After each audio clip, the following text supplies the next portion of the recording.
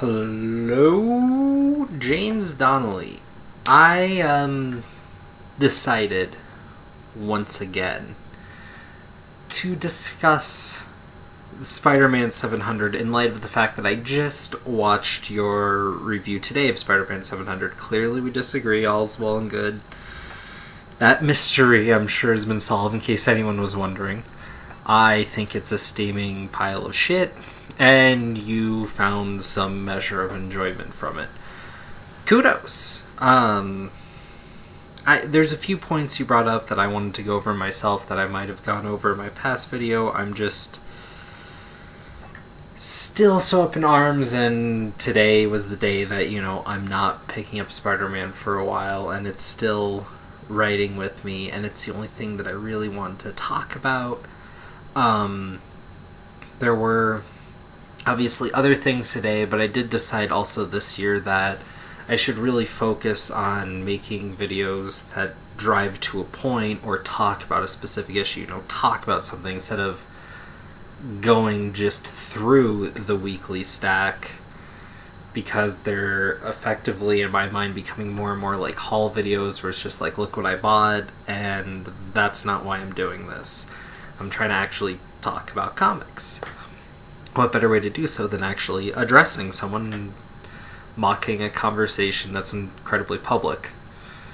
Sure. I did want to mention before I got to it that there were a couple of issues that I actually be curious if you were reading. One is apparently a year and a half late. I forgot about how long it's been.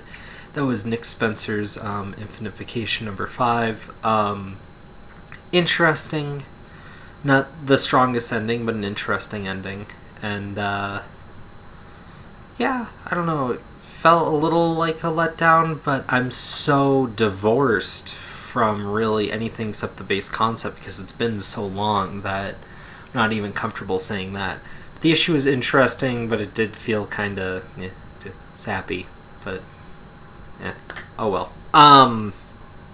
Also, Detective Comics, I don't even understand how it's really a tie-in to the Joker thing. Interesting, well-done comic, but no way I can continue with that title post this tie-in due to the $3.99 and it being decent. Nothing that's blowing me away. But yeah, back to that issue that I need to rip on just a little bit more. So it occurred to me, James, when you were talking about it and talking about particularly certain points about the exchange between the two, that this is Amazing Spider-Man 700. I mean, this is supposed to be a send-off issue, and what we see is less of a send-off and much more of just a setup for the abomination of Spider-Man. And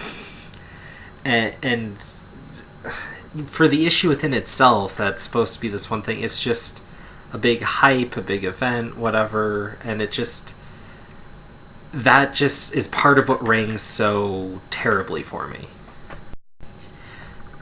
And in my opinion, the single worst part, you said some people called it sanctimonious. You said it hit a certain emotional chord for you. Was that first death scene?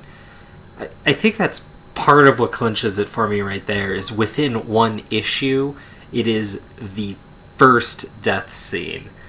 And it's not being rung with any comedic irony or anything, like certain great Deadpool issues I can mention. No, it is the first death scene in this, quasi-death of Peter Parker in a single issue. Like, throw out all the suspension of disbelief stuff, whatever, okay, fine. But that alone speaks to me, like, how frickin', like, just off the charts this issue was for just... Spider-Man isn't supposed to be a metaphysical hero. He's supposed to be a hero of New York, a superhero. Supernatural powers, sure, but Christian mythos isn't his wheelhouse. And here we get Uncle Ben, who had, of course, that famous quote that needs no repeating, but kind of in a loose way with that, kind of gave Spider-Man his mission statement, if you will, kind of the crux of the book. And I think that's been played up post the movie rather than so much in the comics, but it's always been there in a certain understanding, and just not to the point where it needs to be made fun of in a Weird Al song. But here we have Peter getting to talk to Uncle Ben again, and throughout the times that he feels like he's gotten to talk to him or whatever, and it's been brought up, but here he is talking to Uncle Ben again. It's not like some memory or some, like tender moment between the two. It's him giving a mission statement for the rest of the issue. And I don't know, if that doesn't marginalize Uncle Ben in some way for you, I'm kind of shocked. Just because it just takes him down to, instead of being glad to see his nephew and all that, it's like, there's this thing you need to do. Go do it. And it's so... It's not about, like, doing what's right or anything. It's just so, like, this is your metatextual reasoning for your mission statement for the rest of the issue, even though you're dead. Why do you get any say in it? It just, there's a gap there that doesn't feel right. And so it's just really hokey. Also, I don't know, just the idea of, like, Uncle Ben watching or not watching, kind of that mystery of death, and how do we think of those that were close to us that have passed on, and how does that affect us living? That's been, I'd like to say, at least a subtle theme throughout the better part of, these many issues of Spider-Man, and part of the reason that it held me for a while, and for that to just be, for them to touch on it so directly, kind of broke something for me within the comic. And then those final moments where you have the Flash, which I guess is supposed to happen within seconds, which completely changes Dr. Octopus 100%. And not even like 180, like completely changes him. On top of that being bad writing, like, oh, we want the character to be different now, so we're going to create one contrived event, and then nothing of 50 years of continuity matters anymore. Comics. Beyond that, and that end, and going into whatever shit is being pumped out now,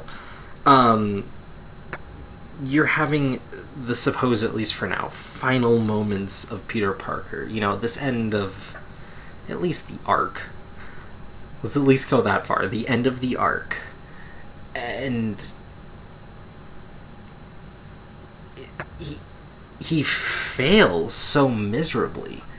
He gets his ass kicked asunder, killed, trapped in a body, and now Dr. Octopus is going to be able to hit on Aunt May if he wants, do what he wants apparently with Mary Jane, who, by the way, isn't noticing any of this now. I mean, even in 698, which is the worst thing ever, it was handled with a touch more understanding, but in 700 he's not even that way, which makes no sense because he's had more time to acclimate, so it doesn't make sense that he becomes more old-fashioned and weird.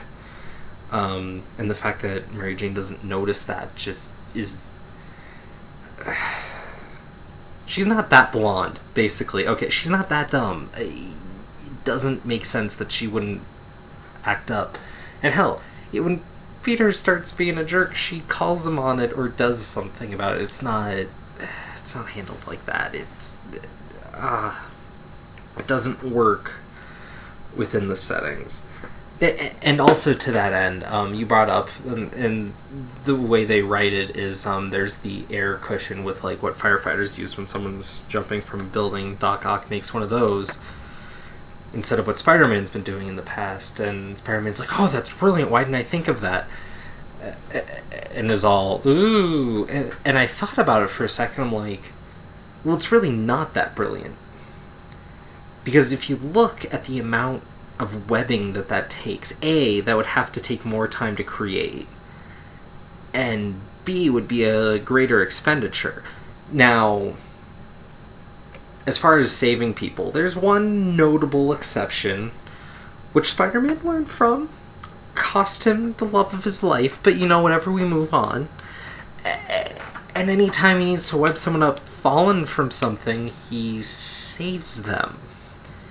Less web expenditure, faster, usually from a higher distance, so more impact anyways, and or, from a shorter distance, therefore needing to be quicker.